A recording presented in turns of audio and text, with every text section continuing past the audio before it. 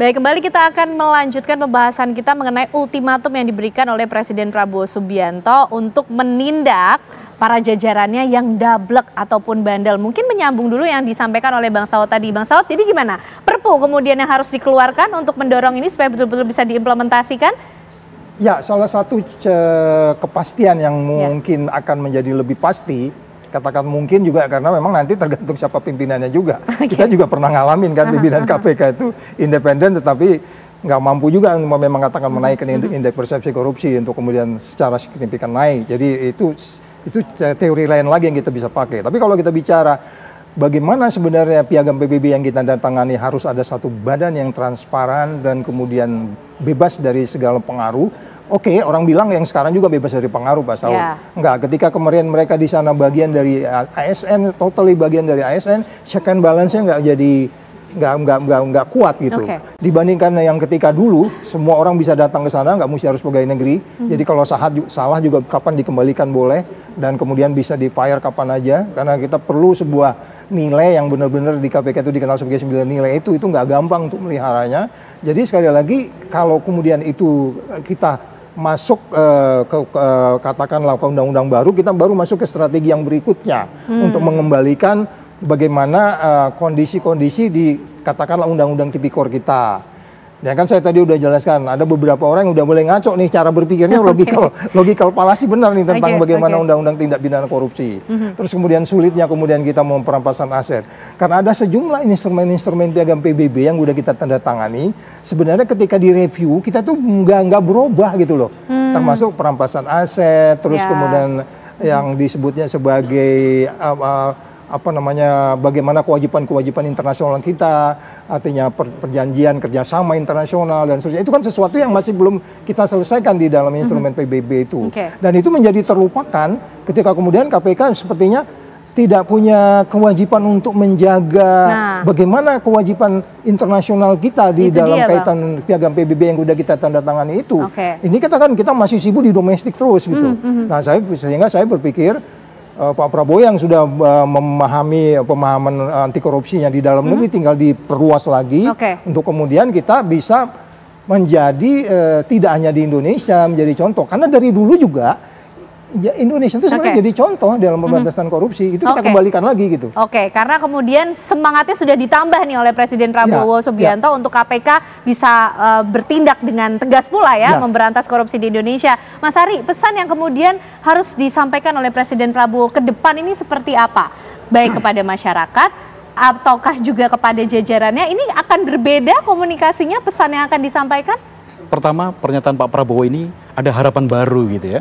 Bahwa baru kali ini Presiden menyatakan ucapan yang keras.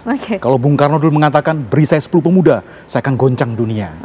Ketika kita punya Presiden Soeharto, daripada pemberantasan daripada Soeharto gitu ya, itu sulit kita mengharapkan pemberantasan korupsi. Ketika Gus Dur menjadi Presiden, ada harapan juga korupsi. Saya sikat gitu aja kok susah gitu ya. Ketika Bu Mega menjadi Presiden, saya bentuk KPK untuk melindungi wong cilik misalkan.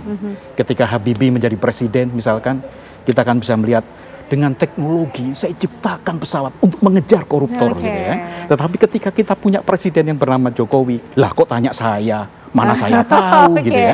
Tetapi kita punya Presiden Prabowo, ada sikap tegas dari Prabowo. Tetapi jangan hanya berhenti sini aja, ubur-ubur ikan lele. Jangan hanya berhenti sekitar sini. Harus terus dengan bukti nyata. Jadi setiap presiden punya gayanya masing-masing ya dalam menyampaikan pesan terhadap pemberantasan korupsi. Nah, yang perlu disampaikan juga kepada bawahannya seperti apa lagi, Mas Ari? Perlu dengan kata-kata yang lebih tegas lagi kah? Ini kan pasti akan berbeda ya ketika disampaikan di depan rakyat, kemudian juga langsung disampaikan kepada jajaran di bawahnya. Treatmentnya kurang lengkap, tidak hanya perlu pernyataan keras ya, tetapi tindakan nyata. Ini yang ditunggu oleh masyarakat. Bolehlah kementerian melakukan efisiensi yang luar biasa, tetapi kita juga lihat mana langkah Pak Prabowo untuk membersihkan tikus-tikus yang ada di kementerian. Mas Andi, ini ternyata harapan yang baru loh dengan apa yang disampaikan oleh Pak Prabowo. Kita patut optimis bahwa ini betul-betul bisa dilakukan dalam suatu aksi nyata? 1000% optimis, 1000% saya bilang. Kenapa? Kan saya kembalikan lagi, Pak Prabowo ini adalah seorang militer yang kata-katanya itu adalah janjinya kepada masyarakat. Janjinya itu harus dia penuhi kepada masyarakat karena dia adalah bagian dari masyarakat. Ya kan?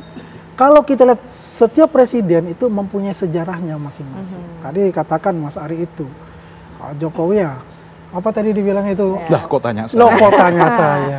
Itu kan versi Itu disampaikan Pak Jokowi loh, bukan Mas Ari loh ya Mas Andi. Nah itu kalau itu menanyakan itu menanyakan yang mana? Kalau masalah kita bicara KPK pada zamannya dia juga keras pasti. Dia tegas, tapi kan gaya Solo dipakai. Gaya Solo. Ya kan? Kalau Pak Prabowo ini kan gaya militer, kita langsung straight to the point. Lo mau ikut gua, lo mau mengembalikan uang rakyat, kalau nggak gua sikat. Ibaratnya kan begitu.